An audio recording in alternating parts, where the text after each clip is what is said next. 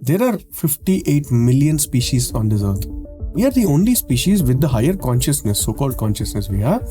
We have figured that this ecosystem is there for me. I can take, make, break whatever I want with this ecosystem, it will give me. It's a scary thing. Even religious texts have told us that God has made this for you. Natural farming was conventional. In the last 5% of it, chemical farming has become conventional. Yet, I said my carbon footprint is 9 tons. Now, first of all, to come to know 9 tons is a first step. What is the world's carbon footprint last year? It was 37 billion tons. Are we paying the right price for something? So what is the right price? Right price should be look up a company called Patagonia. They explain why the price is higher and they say, don't please go keep buying my jacket. On Thanksgiving, when in America everybody and their mother goes and buys stuff, Patagonia says, don't buy from us, we're shutting shop. There's no urgency. You don't need a jacket till yesterday, why do you need it today? Or Thanksgiving, we are shutting. Do you know that we have something called EPR, Extended Producer Responsibility? So Apple's job does not end with, once a phone comes into my hand, its job does not end. What happens to it at the end of its life is also the responsibility of the manufacturer. Hi, in this episode we have Mr. Sriram Kuchimanchi. He's the founder and CEO of Smarter Dharma, which is actually India's first sustainability resource planning platform.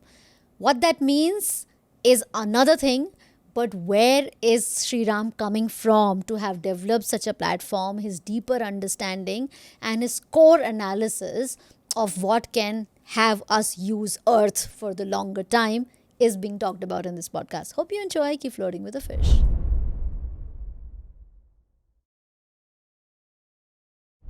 We are building malls after malls. We're building hospitals after hospitals with 24/7 air conditioning and air conditioning that a dead body needs. You and I feel cold in that. Right? We shiver. While the people who live just behind all these structures don't have electricity at night to sleep.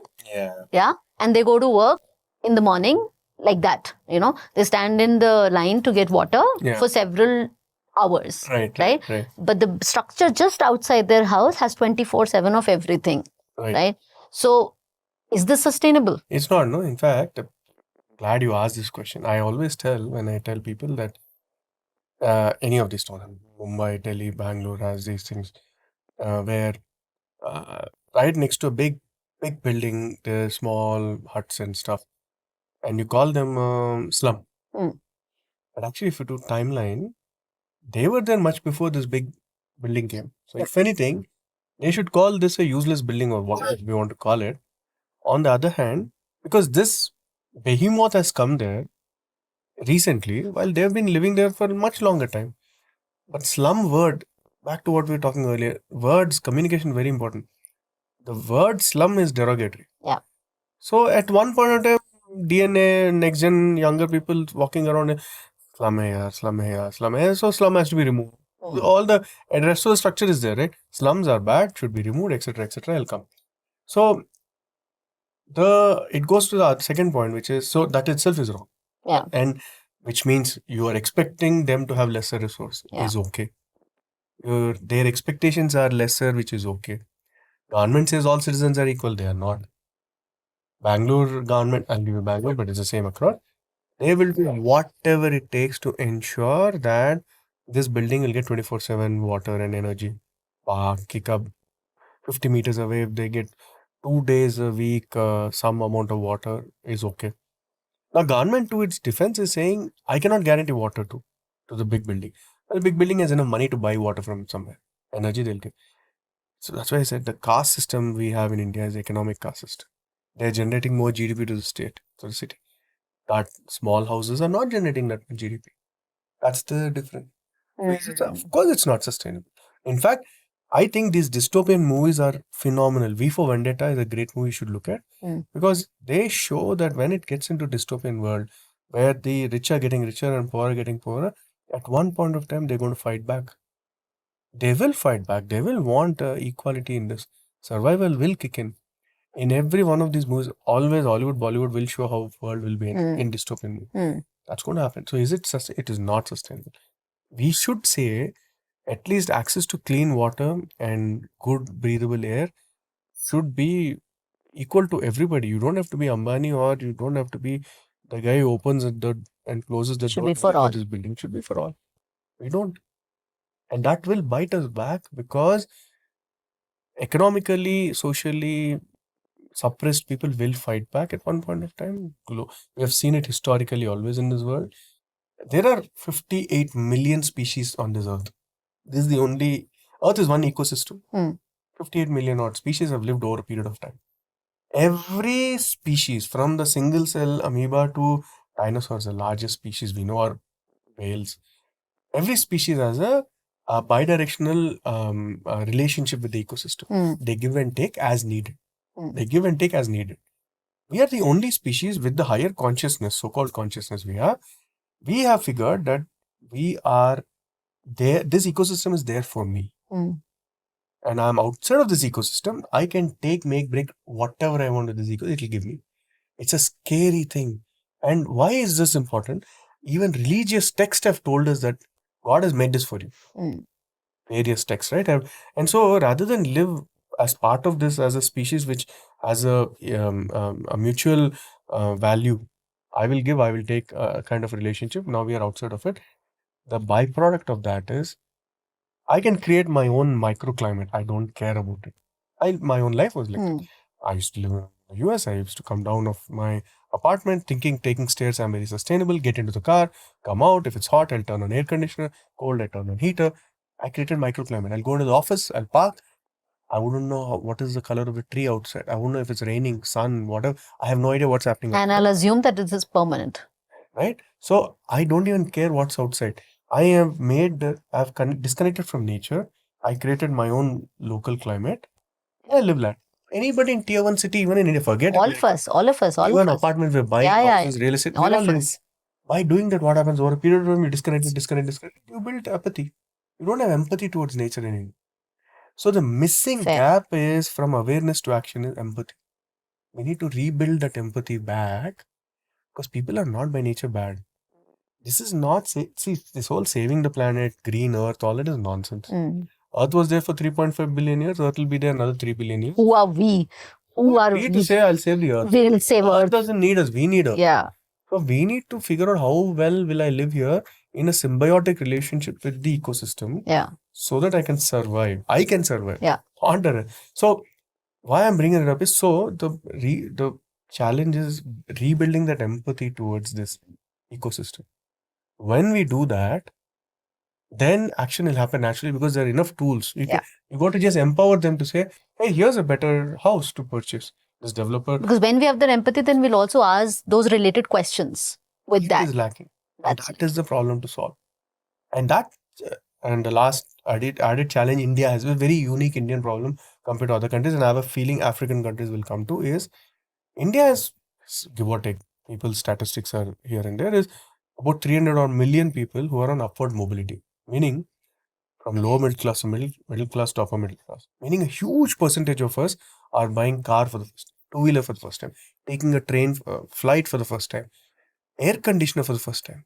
You know what is the air conditioner penetration in India today in residential? 7%. It's a hot country.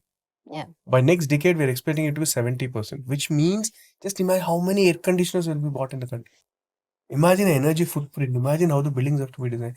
So, like I'm saying that building empathy is critical, addressing this aspiration is critical. You can't tell a 25-year-old to say, don't buy car. It's not sustainable. While I have bought one. While I bought car for but you don't. And a half I've driven, you please don't. You can't say that. You can't. Yeah. So addressing aspiration. That's why I don't say aspiration is a problem.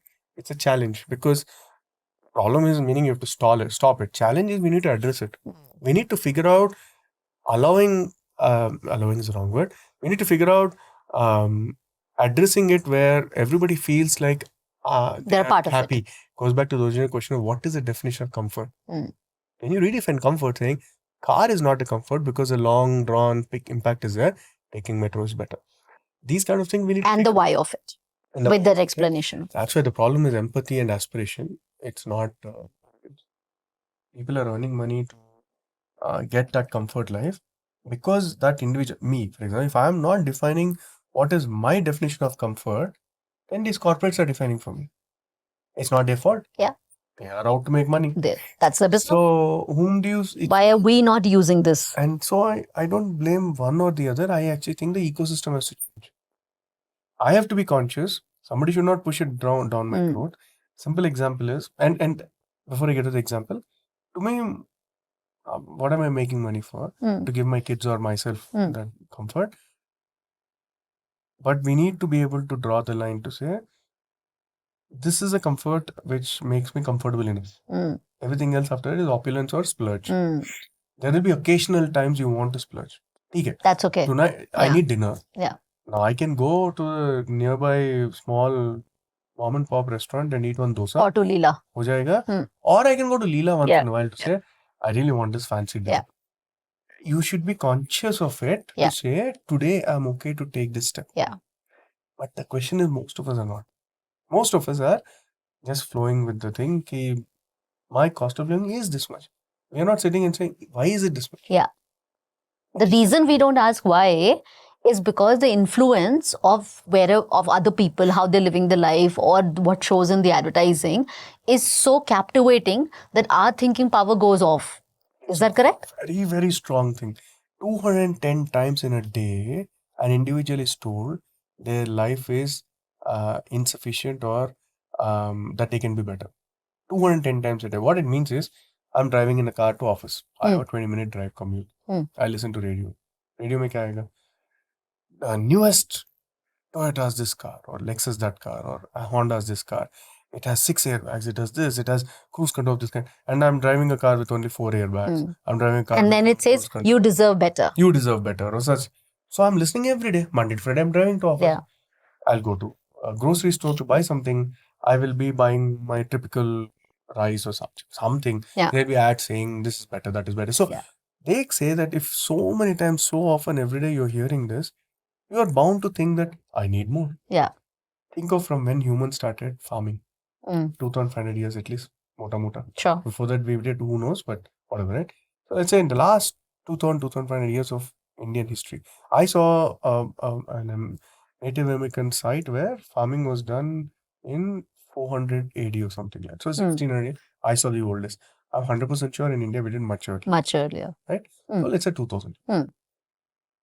Now, till 100 years ago, what was conventional farming? Natural farming. Natural. Right? Absolutely. We would grow what is local, seasonal, and easy to... if I live in Bangalore, I'll grow what is seasonal and at the right time, and I'll eat that. And that's it. And I won't add anything else. Natural meaning I'll have cows, I'll put Jeevamrita or Panchagavya or something, and I'll grow. That's all.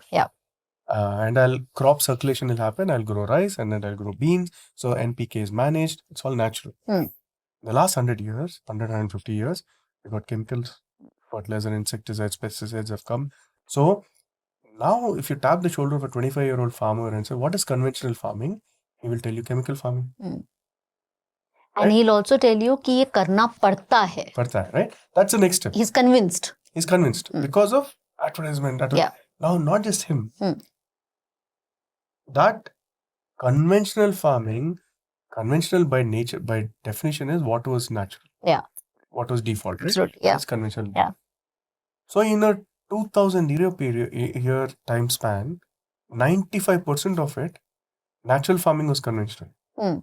In the last 5% of it, chemical farming become conventional. Yet, so have you seen this documentary called True Cost? No. You should definitely watch it. Sure. True Cost is about, are we paying the right price for something? So what is the right price? Right price should be... And for who? Let's take tomato. Let's continue the tomato journey, right? Tomatoes price is coming from where? The farmer who's growing.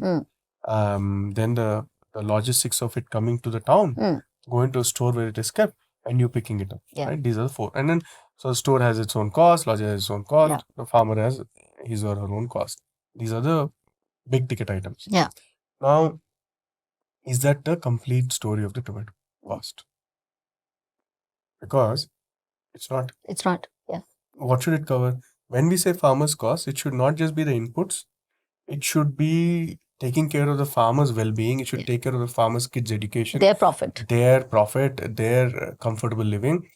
The logistics should be such that it should be environmentally, socially responsible logistics. If it's a truck which is spewing lot of black soot, the vehicle is having bad emissions. Then it's causing environmental pollution. Then it's causing bad air quality. Then it is causing bad rains, which means it's affecting the farmer's irrigation, which means there's a cost extra because he has to run motor longer.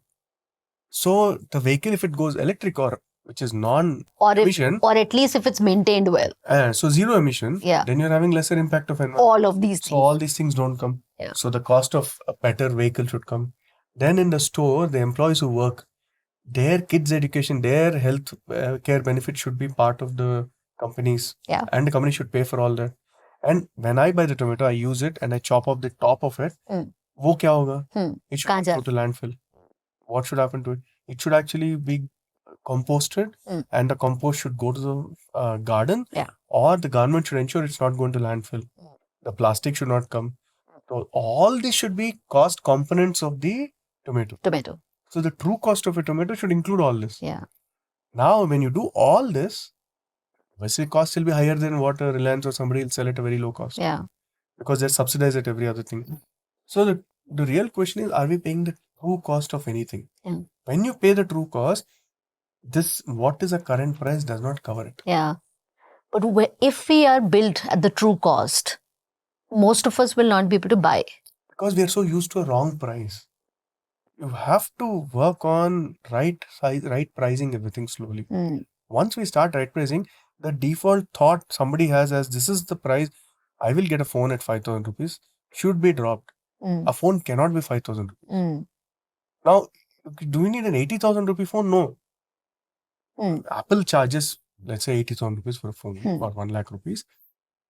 Obviously, a good percent, how much I don't know, a good percentage of it is because of the brand. Apple knows that it can put a price. It can put that price.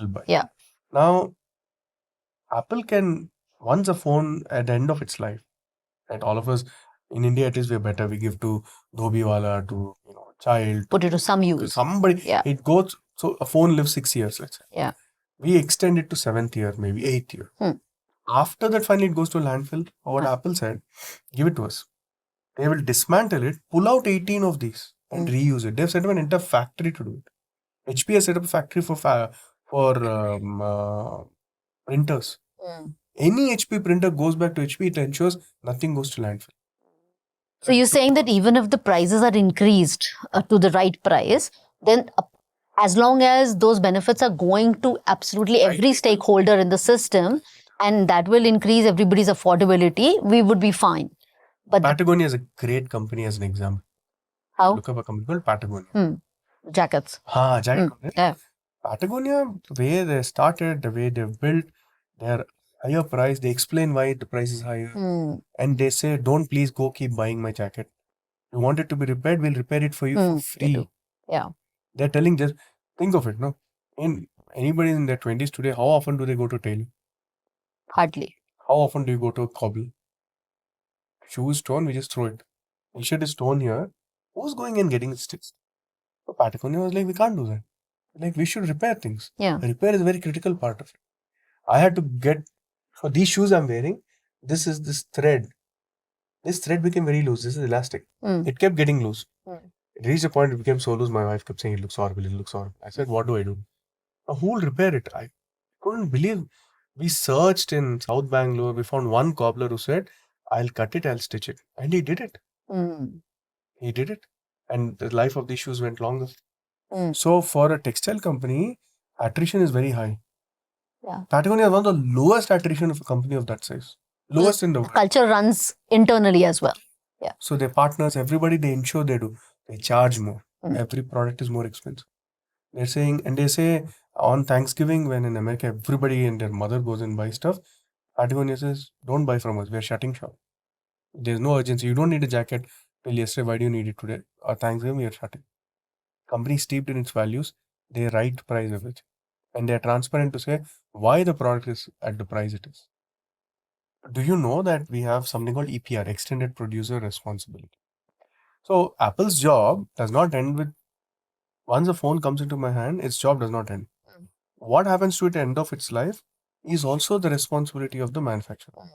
So today, India is one of the few countries in the world where we have a policy on extended producer responsibility.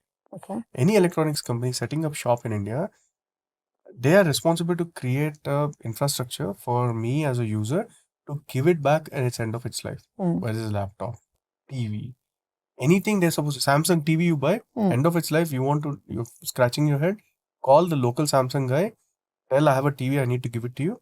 They'll take it. Because India mandates this. What they do with it is their headache. So that they're saying, India is saying, boss, it should not go into my landfill. Or it should go into landfill only after enough processing happens, whatever has to go on. Whatever best can be done. So that rule ensures that you start paying higher price, at least to a degree, right? Even in construction now, India is beginning to put an EPR on in different ways. We have an EPR today on construction and demolition waste. The waste which, let's say this building will be pulled down in 5 years. Yeah. What will happen to all this? Where will it exactly. go, right? Yeah. So this is called C&D waste, meaning construction and demolition waste. And demolition waste today goes to landfill. India generates close to 550 to 590 million tons each year. Yeah. I have that as my question. What are we doing about the demolition waste? Construction industry is getting conscious about it. Bangalore's policy, very strict policy, starting from 2026 April 1st. Okay. It will be the first city in the country with a full C&D policy, I think. At a MOEF level, there is something, but it is not deep enough in terms of fine and what you do. Here now the government is saying, was your C&D waste is your headache. We are not going to deal with it. So now the developer is forced to be conscious about it. They have to figure this out. The government is saying it can't go to landfill. Where will your truck go? So when it picks up the waste, now you figure out. So the first way to do when you say government, which part of the government is doing this? So the municipality. MOEF is the Ministry of Environment and Forestry. That is central. At the state level, Bangalore Development Authority, the municipality, meaning Bangalore is called BBMP. Maharashtra, Mumbai, every city. So they are taking the builders into account and saying where is your waste going to be finally disposed. They're doing that. So from April 1st, 2026, nice, very nice. Bangalore will have. So construction industry, again, price is a good question, right? It's the same mentality in the sense you're charging higher certain premium for the brand express. But the second part is construction industry has a very unique headache of because the scale of a project, scale of a asset, ultimately the amount of money which is going out of your pocket is much higher. For example, in iPhone, it's end of the day, it's an 80,000, 1 lakh, right? In the big picture for you from your pocket, it is some amount. But you're buying a house of 2 crore rupees. Yeah. It's a big amount. Yeah. If a developer is saying, to make it sustainable, I need you to pay 10 lakhs. 10 lakhs is a decent amount. The buyer will start scratching that, do I really need to do this, right? Now, and hence spending extra towards sustainability has been a challenge because the buyer will say, you are the developer, it's your responsibility to build sustainable. You build it. Why should I pay the 10 lakh? Builder will say, sustainability is going to give you value because if I set up solar, if a developer comes and says, look, this project will have this much solar set, this much water efficiency, it'll all become tangible. It'll trickle down to saying, this renewable energy, this water efficiency, this waste management is coming to reducing my maintenance cost from 6 rupees to, let's say, 5 rupees. Some such drop. Which means my monthly living cost will go down. Developer ko kya mil raha hai? So developer is saying... But it's the same earth that we live on. It's a critical question. But connecting the dots of if I don't build efficiently or sustainably, if I'm a developer, ultimately it's going to bite me back. He is not connected. And this is something I wrote recently, which is a core problem in climate action. Problem is, a lot of us think of, in fact, there's a statistic now that if at this instant, entire human race is wiped out of Earth. Yet, the decarbonization needed to ensure by end of the century, water levels do not go beyond 2 feet is a far cry. It'll take 60, 70 years for it. My lifetime, there's a very good chance some of the value of what I do, I will not see. What I do as an individual. My younger team members, I always tell them, you guys will see, you guys will see. So a developer, you're trying to convince saying, you use this cement, you use this reduced virgin material construction style. You set up this much solar, you do this much water efficiency. It is good for the environment. Why? Because it is going to or rather it's going to change the timeline of the global temperature crossing 1.5 degrees or 2 degrees. And because of that, the sea levels won't rise. And because of that, Bangalore will have continued predictable agriculture cycle. When? It's going to be 30 years. Developer will be like, they're not able to visualize that. You're asking somebody. They're not able to visualize or they don't care. It's not my problem. So they don't care. Have you had some conversations? Do you have like a one-on-one to share from that they actually don't know that this is going to harm their children as much? Yeah, so it's a very interesting thing. This is all related to it. That's why I'm very stuck on this idea. You cannot, nobody's able to visualize this. And so, and one is that. Second is, there is this wrong, this is very, I hope everybody understands this. We are under this misconception that money will we'll pay ourselves out of it. Rich people will think, if push comes to shove, I'll move to Norway. Yeah. Yeah.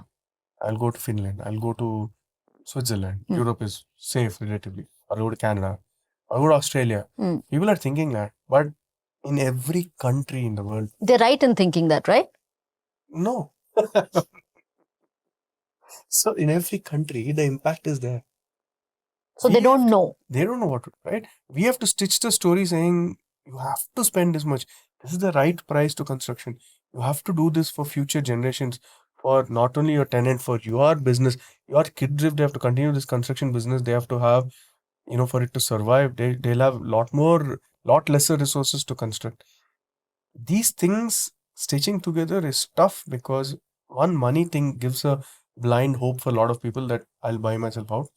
And I give you a money example because even when water runs out in Mumbai, which means a liter of water will be 5,000 rupees, he'll have the money to buy. Yeah. So when it becomes 50, some of us can't buy. When it becomes 500, more of us can't buy. When it becomes 5,000 a liter, maybe he's the only one who will buy in Bangalore, right? But money will buy to an extent. Yeah. Then what happens? So money is becoming a new caste system. Thank you.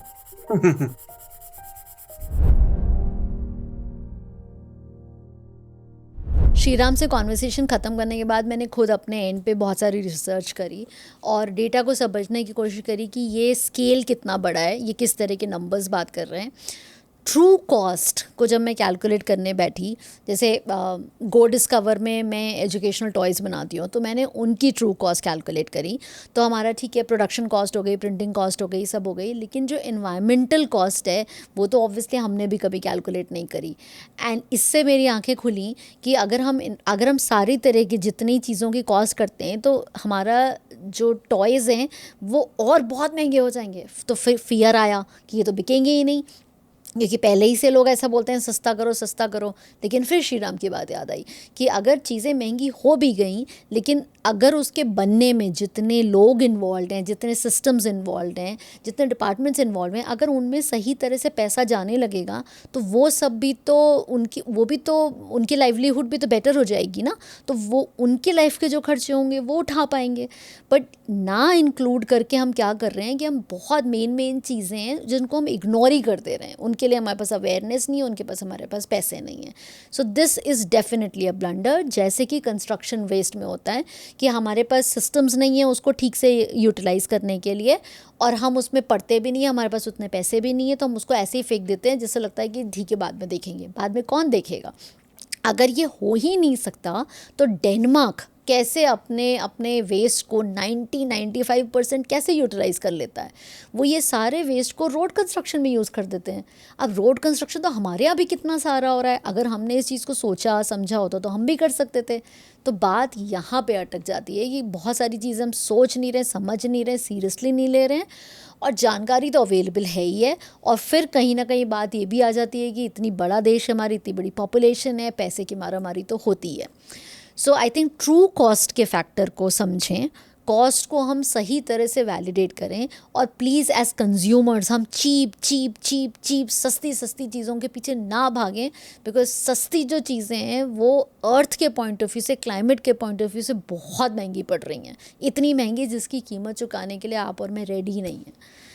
So I hope we take this very very seriously. हमारे podcast पे ऐसी 3-4 और बहुत powerful conversations हुई हैं हर्ष पुरोहित के साथ में, जो कि कॉरपोरेट्स MNCs की सस्टेनेबिलिटी पे काम करते हैं, और उन्होंने भी ये कहा है कि Earth doesn't need us, we need Earth. So we have to make sure that we keep it alive for several more years. So you must listen to that. Then we have पूजा माथुर, जो कि specifically large scale weddings को sustainable बनाने के लिए काम करती हैं. अब ये जब मस्ती के टाइम होते हैं तब तो हम सस्टेनेबिलिटी के बारे में क्या ही सोचते हैं, हम अपनी मस्ती में सब कुछ कर रहे होते हैं और हमारा एक्सक्यूज़ ये होता है कि ये कब ये दिन आता है, एक बार तो आया है लाइफ में, let us do whatever we want to do. But वो आपकी लाइफ का शायद एक ओकेजन होगा, बट हमारी पॉपुलेशन को देखिए एक करते where are we. So this waste and this mess that we create can definitely be managed by little more awareness. And then you must also listen to Akshay Kaul, who is professionally a landscape architect and an urban planner, who recommends, उनके पास इतने सारे तरीके हैं क्योंकि उनके पास बहुत ही solid experience है in managing floods, in managing calamities, in managing disaster. So from whether आप एक नॉर्मल कंज्यूमर हैं या आप एक गवर्नमेंट ऑफिशियल हैं या आप एक यंगस्टर हैं जो कल जाके इंडिया को बदलेंगे, all these podcasts are for you. I hope you enjoy. Keep flirting with a fish.